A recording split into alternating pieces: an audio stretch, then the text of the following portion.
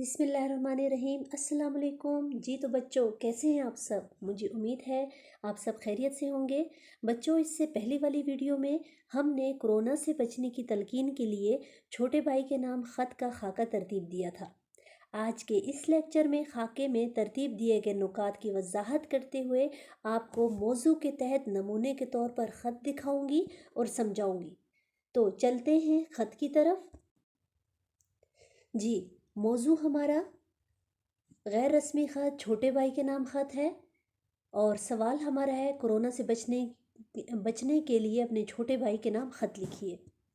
तो शुरू करते हैं अपना ख़त। बनाम भाई, बराए कोरोना से बचने की तलकीन।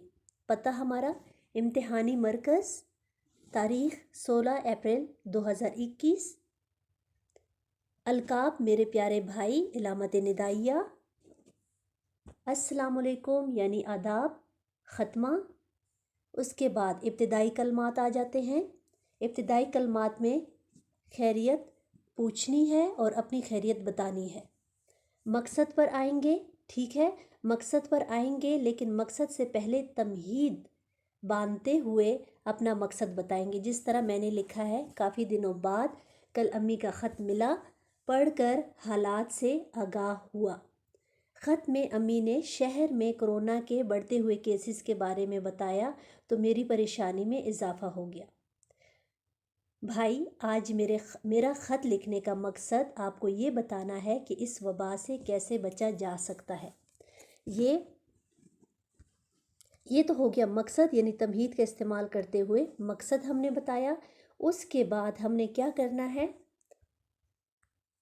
नफ्से मज़मून में जिस तरह खाके में मैंने आपको बताया था कि हम बताएंगे कोरोना वायरस फैलने की वजूहात क्या है, तो वजूहात बताएंगे नफ्से मज़मून में। सबसे पहले तो क्या लिखा है इसमें, भाई इस मुहलिक वबा का मुकाबला करने के लिए सबसे पहले तो हमें ये जानने की ज़रूरत है कि इस वबा की तेज़ी से फैलने की वजूहात क्या हैं। बदकिस्मती से हमारी आवाम पढ़ी लिखी होने के बावजूद इस वबा को संजीदगी से नहीं ले रही है, जिसकी वजह से रोज़ाना की बुनियाद पर कई लोग इसका शिकार हो रहे हैं। दूसरी वजह कि हुकूमत की तरफ से जारी करदा हिदायत पर अमल नहीं किया जा रहा है, जिसकी वजह से अपनी और अपने प्यारों की ज़िंदगियों को ख़तरे में डाल रहे हैं।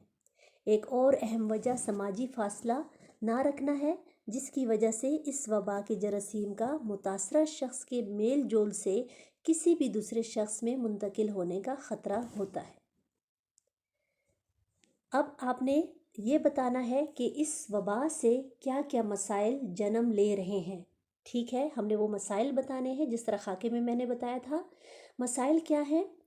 हमारे गैर संजीदा रवैये की वजह से हुकूमत सख्त इक़दामात करने पर मजबूर हो जाती है। कारोबार बंद होने की वजह से मुल्क की मईशत पर बुरे असरात पड़ रहे हैं।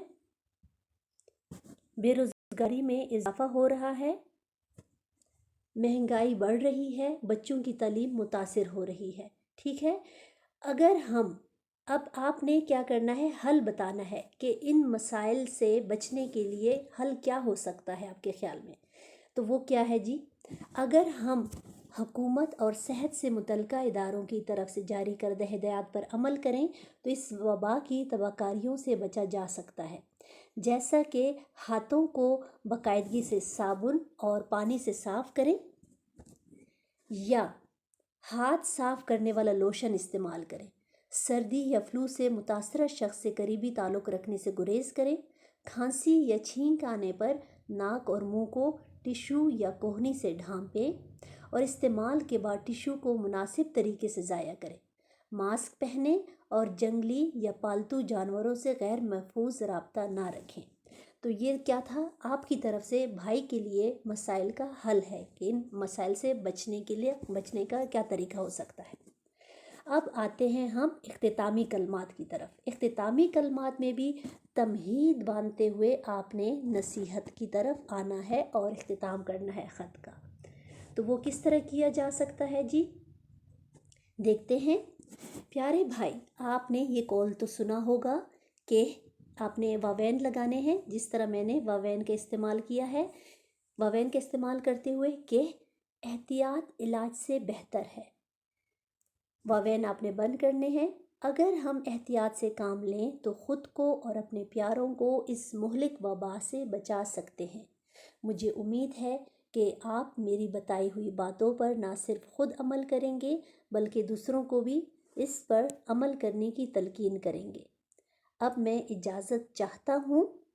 میری طرف سے امی ابو کو سلام اور آپ کو ڈھیروں پیار۔ بائیں طرف کونے میں فقط وسلام، آپ کا بھائی حمزہ۔ وقفے خفیف، ٹھیک ہے؟ یہ جو ہوتا ہے اس کو ہم کہتے ہیں وقفے خفیف، پھر چھوٹی یہ اور پھر وقفے خفیف اور پھر بڑی یہ، ٹھیک ہے جی؟ تو یہ تو تھا خط۔ مجھے امید ہے کہ اب آپ کو خط لکھنے میں مشکل نہیں ہوگی۔ جب بھی آپ نے کسی مسئلے کے تحت خط لکھنا ہو تو سب سے پہلے خاکہ بنائیں اور پھر خاکے کی وضاحت کرتے ہوئے خاکے میں دیے گئے نکات کو جملوں کی صورت میں ترتیب دیں اور خط لکھیں۔ اس کے ساتھ ہی آپ کی معلمہ آپ سے اجازت چاہتی ہے۔ اللہ حافظ۔